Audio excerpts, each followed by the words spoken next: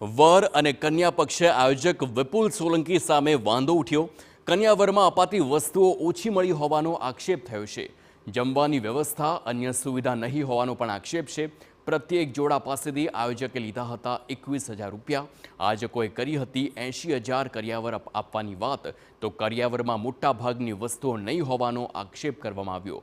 સમગ્ર મામલે પોલીસને રજૂઆત કરવામાં આવી છે અને આયોજક વિરુદ્ધ કડક કાર્યવાહીની પણ માગ થઈ છે।